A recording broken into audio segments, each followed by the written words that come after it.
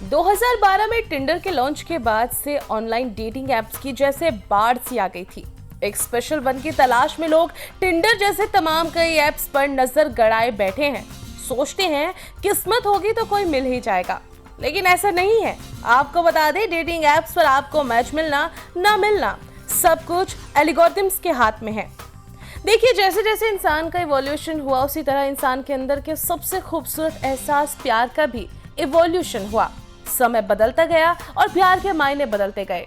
लैला मजनू, हीर रांझे, Julius Caesar के जमाने से चला आ रहा प्यार आज भी वैसा का वैसा ही जवां है।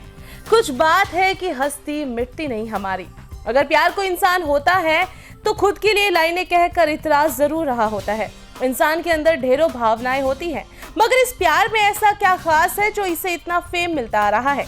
दरअसल हम इंसान एक सामाजिक प्राणी हैं और यही सवाल का जवाब है। प्यार प्रत्यक्ष और अप्रत्यक्ष रूप से हम इंसानों को इस बात का दिलासा देता है जो इंसान होने के नाते हम तलाश रहे होते हैं। मानव सभ्यता पर हुई स्टडी बताती है कि प्यार इंसान के लिए उतना ही जरूरी है जितना खाने के लिए नमक और तेल। और शायद यही वजह है कि सदियों बीत जाने के बाद भी प्यार बस बदलता आया है, मगर खत्म नहीं हो सका। प्यार और विश्वास की नींव का जो कैंपेनशिप का दौर शुरू हुआ, वो आज एक बहुत बड़ा कारोबार बन चुका है। रॉल्फ लिंटन नाम के रिसर्चर 1960 अपने रिसर्च में लिखते हैं कि सभी तरह की सोसाइटी में विपरीत जेंडर के प्रति लोगों का एक खास तरह का अटैचमेंट का जिक्र आता है, मगर अमेरिका में इस अटैचमेंट को पहली बार पैसों का कारोबार बनाने का काम किया गया। तब से लेकर आज 6 दशक से ज्यादा समय बीत चुका है और लोग अपने उस स्पेशल वन की तलाश में आज भी हैं। बस फर्क इतना हो गया है कि इसे ढूंढने के तरीके बदल चुके हैं और इसके पीछे सबसे बड़ा हाथ है डेटिंग इंडस्ट्री का। एक ऑथर की किताब में कहा गया है कि 1950 में वर्ल्ड वॉर 2 के दौरान 1960 के दौर के डेटिंग स्टाइल का जिक्र है। उसमें कहा गया है कि हमें भले ही ये लग सकता है कि डेटिंग में कितना कुछ बदला है, मगर जो बदलाव हमें नजर आ रहे हैं वो दरअसल नए बिल्कुल नहीं है। 1960 अरेंज मैरिज का दौर था। अब लोग सिर्फ शादी करने के मकसद से एक दूसरे से मिलते थे, जान पहचान बढ़ाते थे। इंडस्ट्रियलाइजेशन बढ़ने के साथ वर्क फोर्स की डिमांड बढ़ने लगी।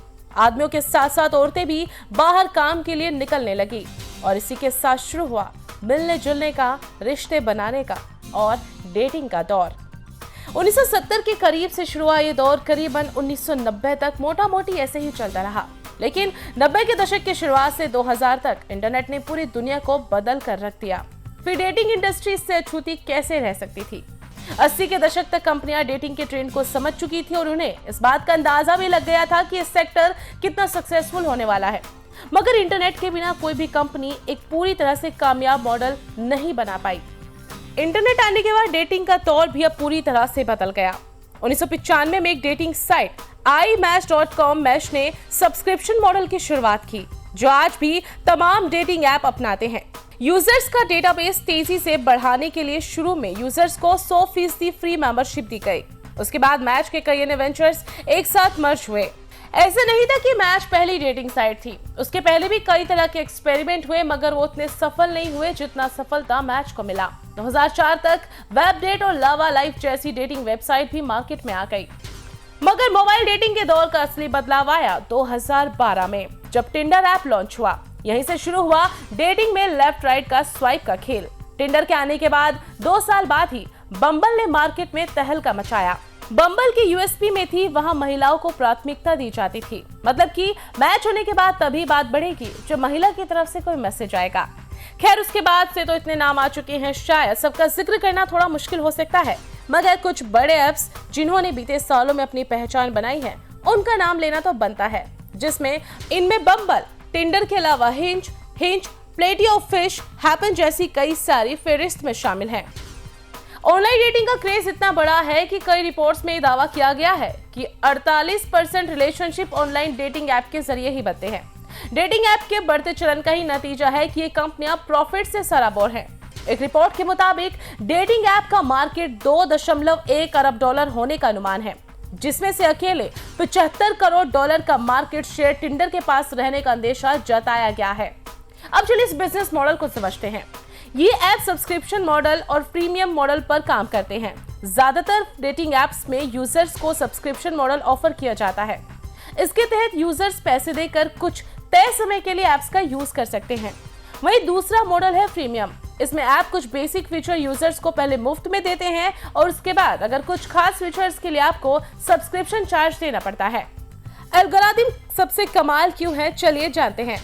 इन डेटिंग एप्स के सफल होने की सबसे बड़ी वजहों में से एक है एल्गोरिदम। सारे ऐप के एल्गोरिदम पर तो फिर बात करेंगे, मगर टॉप प्लेयर के एल्गोरिदम का खेल समझना तो बनता है। 2019 में एक ब्लॉग में सामने आया टिंडर का एल्गोरिदम, एलो रेटिंग सिस्टम, जिस पर ये काम करता है। ये वही सिस्टम है जिसे चेस प्लेयर्स की रैंकिंग तय करने के लिए डिजाइन किया गया था। ये सिस्टम एलो स्कोर का इस्तेमाल करके यूजर्स की प्रोफाइल को रैंक करता है और रैंकिंग में देखा जाता है कि बाकी यूजर्स ने अपनी प्रोफाइल के साथ कितना इंटरेक्ट किया है। आपने कितने प्रोफाइल को राइट स्वाइप किया है और कितने को लेफ्ट। हालांकि ब्लॉग के मुताबिक टिंडर पर अब एलो स्कोर का इस्तेमाल नहीं होता, लेकिन इसके पीछे के गणित को समझना है तो आप बस इतना समझ लीजिए, आप जितना ऐप यूज करेंगे उतना ही आपके पास आपका डेटा होगा। उसी आधार पर एल्गोरिदम आपकी पसंद की प्रोफाइल तैयार करेंगे और उससे मिलते जुलते मैच आपको नजर आएंगे। ब्लॉग ये भी दावा करता है आप जितना अधिक समय टिंडर पर बिताएंगे, आपकी प्रोफाइल आपके ही जैसे एक्टिव लोगों को उतनी ही नजर आएगी। बम्बल भी टिंडर की तरह ही है जो स्वाइप मॉडल पर काम करता है। यहाँ फर्क सिर्फ इतना है कि बम्बल पर पहला मैसेज सिर्फ महिलाएं कर सकती हैं। मैच होने के बाद 24 घंटे के अंदर आपके पास महिला का मैसेज नहीं आता तो ये मैच खुद ब खुद गायब हो जाएंगे। बम्बल अपने सर्च एल्गोरिदम के बारे में कोई जानकारी देने से बचती है, मगर आप इसकी वेबसाइट पर एल्गोरिदम सर्च भी करते हैं तो सिर्फ प्राइवेट डिटेक्टर के बारे में पोस्ट आने लगता है जो बताता है कि प्रोफाइल ने कोई न्यूड तस्वीर तो नहीं भेजी। अब चलिए इस डेटिंग इंडस्ट्री के कारोबार को समझते हैं। 2021 तक डेटिंग ऐप मार्केट का रेवेन्यू 3.08 अरब डॉलर था। 2025 तक इसके 5.5 अरब डॉलर पर पहुंचने का अनुमान है। डेटिंग इंडस्ट्री न सिर्फ एक बड़ा सेक्टर उभर कर आई है, बल्कि दिनों दिन कई गुना तेजी से ये ग्रो कर रही है। ग्लोबल डेटिंग ऐप यूजर्स 2015 में 185 मिलियन थे, जिनकी संख्या 2020 में बढ़कर 270 मिलियन हो चुकी है। दुनिया में सबसे ज्यादा पॉपुलर डेटिंग ऐप टिंडर का वैल्यूएशन इस समय 10 अरब डॉलर के करीब है। यह हर मिनट करीब 1470 डॉलर प्रति मिनट कमाई करता है, या फिर ये कह सकते हैं कि 88,143 डॉलर प्रति घंटा। वहीं बम्बल 172 डॉलर प्रति मिनट कमाई करता है। कुल मिलाकर कहें कि इंसान की वो स्पेशल ढूंढने की चाह, सस्ता इंटरनेट, हाथों हाथ मोबाइल और हर उम्र के लोगों के साथ साथी मिलने की संभावना इन डेटिंग एप्स को पॉपुलर बना रही है। आने वाले दिनों में इन एप्स के कारोबार में ग्रोथ ही नजर आने वाली है। अब देखना ये होगा कि क्या टिंडर इस मार्केट में खुद को नंबर 1 कब तक बनाए रख पाती है।